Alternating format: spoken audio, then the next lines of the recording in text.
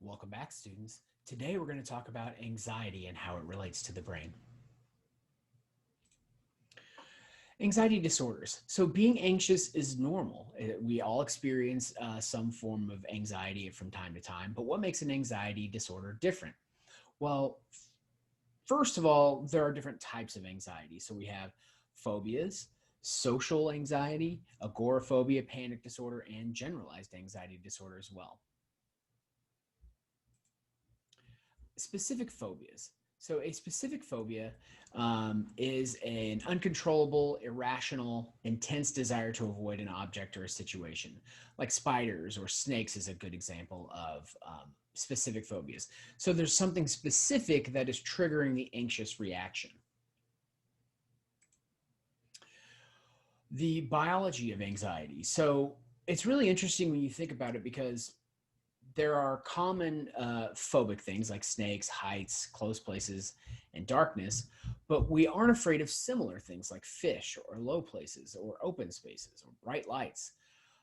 And also, we don't tend to have the same kinds of phobias to things like guns or electrical wiring or cars. So the question is, why is that? So evolutionary psychologists tend to believe that our ancestors would die if they didn't learn a fear of the things in one, so they wouldn't get to reproduce. But we haven't had time to develop an innate fear of things like guns, electrical wiring, or cars. Social anxiety disorder. So, social anxiety disorder is an intense fear of a social situation like public speaking or eating or performing. So, we're going to watch a short little video about this now. Agoraphobia.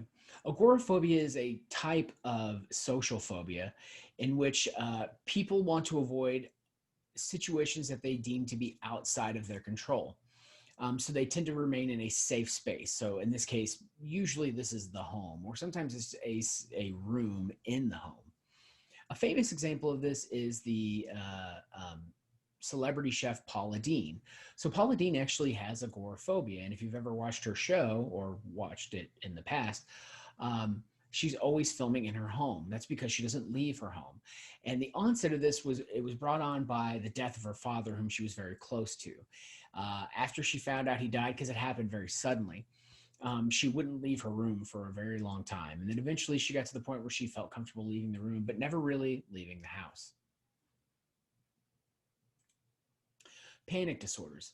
So, a panic disorder is an intense, basically a sudden, intense bout of anxiety.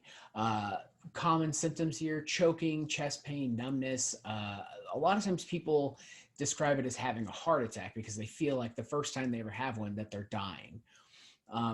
So a panic disorder, as opposed to a panic attack, is when you have, repeated episodes of this. We're going to watch a brief video about panic disorders now. Generalized anxiety disorder. So generalized anxiety disorder is different from the other ones that we've talked about because it's free floating, meaning that your autonomic nervous system is in a constant state of arousal. And it's not triggered by anything specific, but it's kind of general. It's everything. It's unrealistic worry in proportion to all of the things that are happening around you. So, for example, let's take something like you find out that you have a quiz. So, for the person with generalized anxiety disorder, they might say something like, "Oh my God, we have a quiz. And what if I don't do well in this quiz? If I don't do well in this quiz, I'm not going to do well in this class. If I don't do well in this class, then I'm not going to do well in school. And if I don't do well in school, then I'm not going to get good grades. And if I don't get good grades, then I'm not going to be able to go to college. And if I can't go to college, I'm never going to be good. And then no one's ever going to love me and I'm going to die alone." That's just from one single thing. So now imagine this in relation to everything that's going on around you. And that's a minute in the brain of a person with generalized anxiety. The way we think can also have an impact on anxiety. So when we're talking about cognition, it's how we interpret things, our appraisals, our beliefs, ruminations, which means what we're thinking about. And it can include mental habits like hypervigilance, so an obsession with safety. Um, and basically, these thoughts can make the anxiety worse or cause it to spiral. Examples of cognition. You can just so we have cognitive errors, irrational beliefs, mistaken appraisals, and misinterpretations, which I'm not going to read to you, but I'll let you pause this video now and take a little read for yourself. Anxiety in the brain. So again, just like with schizophrenia, identical twins, if you take identical twins that are raised separately, one of them will develop, and they have a genetic predisposition towards anxiety. One will tend to develop it while the other one doesn't. So again, this tends to like indicate that there's something environmental going on or interacting with the genetic things. Other things, so higher levels of norepinephrine, which would explain the arousal, and a low level of GABA, which is the major inhibitory neurotransmitter. Also, an overactive amygdala and decreased frontal lobes as well. So you're not able to sort of inhibit the anxious thoughts or worries.